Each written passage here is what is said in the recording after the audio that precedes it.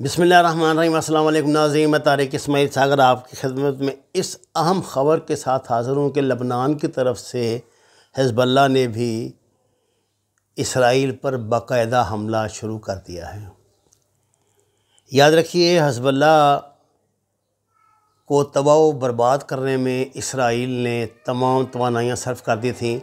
لبنان میں جو ایک بہت بڑا سائبر دھماکہ ہوا تھا اور جس میں بہت بڑا ایک اسلحے کا ذخیرہ تباہ ہوا تھا، وہ اصل میں حزب اللہ کا ہی چھپایا ہوا اسلحہ گولہ بارود تھا جس کو اسرائیل نے تباہ کیا تھا۔ ناظرین کرام، صورتحال یہ ہے کہ حزب اللہ جو ہے اس کو چلاتا ہے ایران، چونکہ یہ خاصا ایرانی اثر کے تحت ہے، اور ان کا خصوصاً جو القاسم بریگیڈ ہے اس کو انہوں نے رکھا ہوا ہے ادھر شام میں۔ وہ اسی لیے رکھا ہوا ہے انہوں نے شام میں کہ شام کی طرح سے یہ آپریٹ کرتے ہیں، اور ایران کی فوجیں بھی وہاں پہ بیٹھی ہوئی ہیں جو کرتی ہیں۔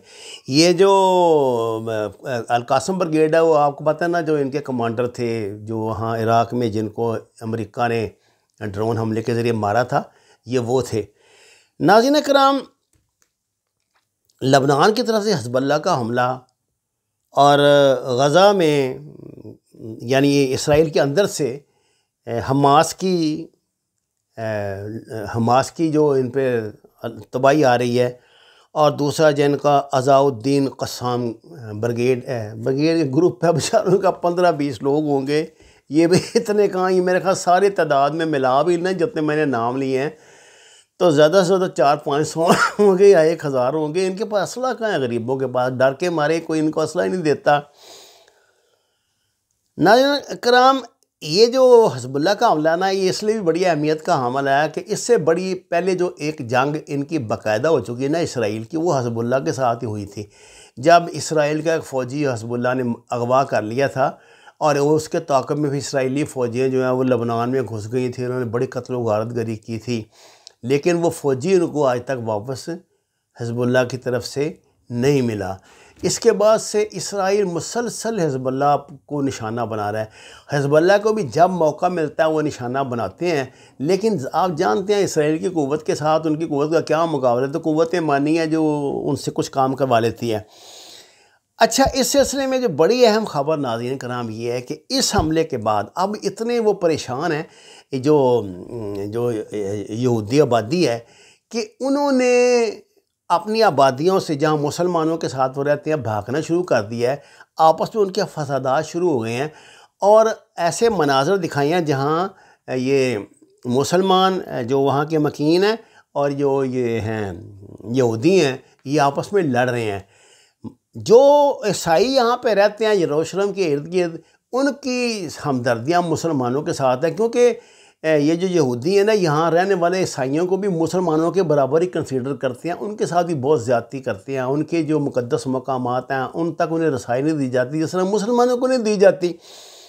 اب یروشلم شہر کی طرف سے جو مدد کے لیے اس فلسطینیوں کی آ رہے ہیں نا، یہ جو ان کے اپنے فلسطینی جو بھائی یا مجاہدین ہیں بیچارے جیسے تیسے بھی ہیں، ان کو اسرائیلی فوج نے جو درمیان میں دیوار بنائی ہوئی ہے اس پر روک رہی ہے، وہاں سے ان کو جانے نہیں دے رہی۔ امریکہ نے کہ تو کوئی اپنے مفادات ہیں، ظاہر ہے وہ کھل کر کوئی بات یہ کر ہی نہیں سکتا، جو مرضی ہو جائے۔ یورپی ممالک خصوصاً اسکینڈینیویا کے ممالک نے ایران اس پہ بڑا اخلاقی دباؤ ڈالا اسرائیل پہ کہ انسان کے بچے بنو، اور یہ جنگ جو ہے پھیل کے عالمی جنگ بن سکتی ہے۔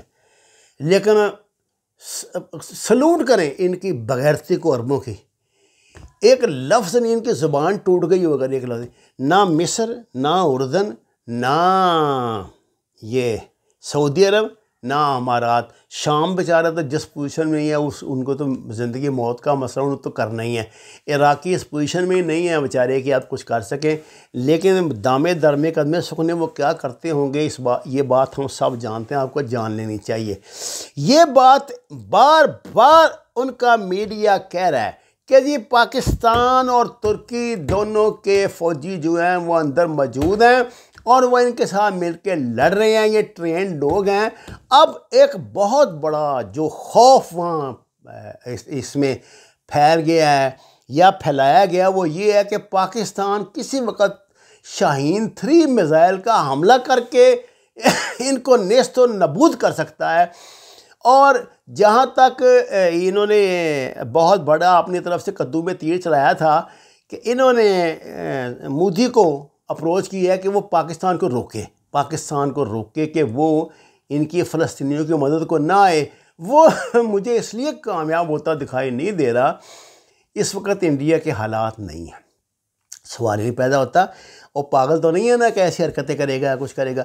اب ناظرین کرام یہ جتنی بھی گیم ہے نا یہ آن پڑی ہے عربوں پر. اللہ ان کی غیرت کو جگائے, انہیں شرم دلائے, انہیں حیا دلائے, اور وہ ذرا سا بھی اگر ثبوت دے. مثلا ایک اس وقت یہ جو ہمارا مردہ گھوڑا ہے نا یہ ایک اجلاس بھی کر لے نا OIC والے جو ہے ایک اجلاس میں کنڈیم کر دیں تو اسرائیل کی جان نکل جائے جس طرح وہ پھنسا ہوا ہے اس وقت. دیکھیں نا سوائے ایک اس کے امریکہ کے کون اس کا حمایتی ہے؟ روس ہرگز اس کی حمایت نہیں کرے گا, پاگل ہے روس. چین اپنے مفادات کے لیے فی الوقت خاموش ہے, مجھے نہیں پتا کیا ہے, لیکن ایک مرحلہ آئے گا جب چین کو بھی روس کی طرح فرنٹ پر آنا پڑے گا. بھلے ان کے آپس میں بڑے تجارتی مفادات جڑے ہیں لیکن اب دنیا جو ہے نا وہ اپنا ذاتی مفاد دیکھتی ہے. اب چین جو ہے اس کو بھی کوئی نہ کوئی پالیسی سٹیٹمنٹ اس حوالے سے دینی پڑے گی. گو کہ چین نے کنڈیم کیا ہے مسلمانوں پہ مظالم کو, لیکن جس طرح کی توقع مسلمان خصوصاً پاکستانی مسلمان چین سے رکھتے ہیں ابھی ہمیں وہ دیکھنے میں نہیں آ رہا.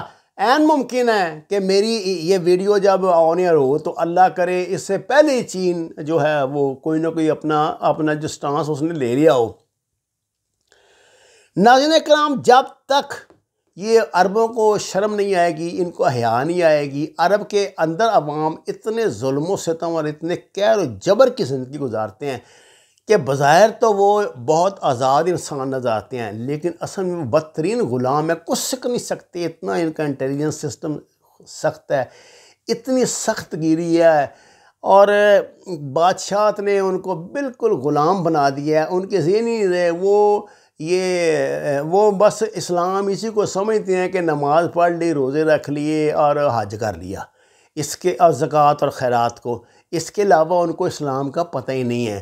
اور آپ کو اس بات کا پتہ ہے کہ امریکہ نے جو کورس بنایا تھا سعودی عرب میں پڑھانے کے لیے, وہ سعودی عرب کی درسگاہوں کے لیے پڑھائی جو ہے نا بچوں کے پڑھانے کا جو سلیبس ہے وہ امریکن تیار کرتے ہیں. ابھی آپ نے دیکھا, میں نے پیچھے آپ کو ویڈیو میں بتایا تھا کہ سعودی عرب کے جو ابتدائی اسٹوڈنٹس ہیں ان کو رامائن اور گیتا کی تعلیمات پڑھائی جاتی ہیں یہ انٹرنیشنل ہارمنی کے لیے, اور یہی وہاں کورس لگا ہوا ہے. یہ ٹھکا ٹھک ان کے مندر اور وہ بنا رہے ہیں وہاں پہ. گردوارہ تو میں نے نہیں سنا, مندروں کا ہی سنا ہے بنا رہے ہیں, کہہ رہا بڑے بہت بڑے بندر بنا رہے ہیں, کیا کر رہے ہیں, یہ وہ گندے کلاب نائٹ کلاب وغیرہ کھول رہے ہیں, اس طرح کے معاملات کر رہے ہیں. یہ کیوں کر رہے ہیں؟ اور سب سے بڑی بات یہ ہے, یہ تو بڑی طے شدہ بات ہے کہ جو قرآن پاک کا ترجمہ انگریزی کا چھاپ کر آیا ہے نا امریکہ کی طرف سے, وہ کسی مرزئی کا کیا ہوا ترجمہ ہے جس پہ انہوں نے وہ جو ڈاکٹر ہیں انہوں نے خبردار کیا مسلمانوں کے آپ نے اس ترجمے سے استفادہ نہیں کرنا. یہ پتہ نہیں حکیم الدین کیا نام ہے اس کا, کم بخت کا, اس مرزئی کا جس کا وہ ترجمہ ہے. یہ تعلیمات پڑھائی جاتی ہیں وہاں پہ سعودی عرب میں, اور ان کو وہ اور شہزادہ جو ہے وہ یہ کہتا ہے کہ جی ہم نے تو یورپ کے برابر اپنے ملک کو لانا ہے. اب وہ یورپ کے برابر ملک لانے کے لیے یورپ والی حرکتیں تو کرنی پڑیں گی.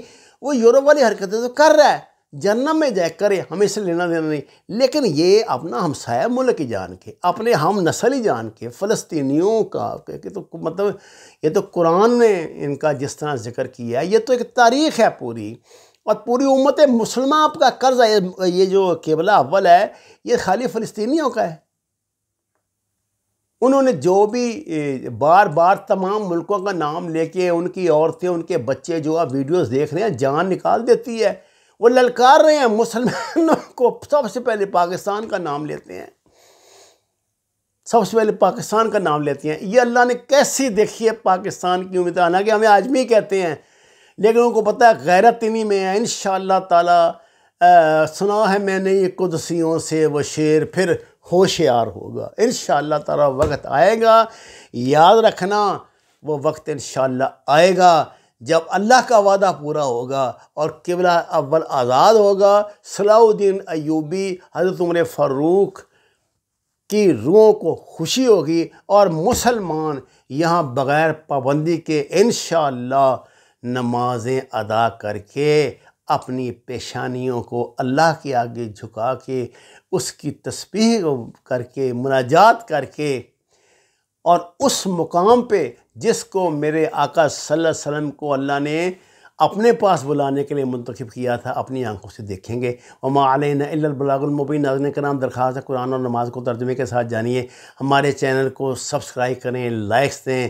سچ کے سفر میں 2-4 قدم ہی صحیح ہمارے ساتھ چلیں. آپ کا شکریہ.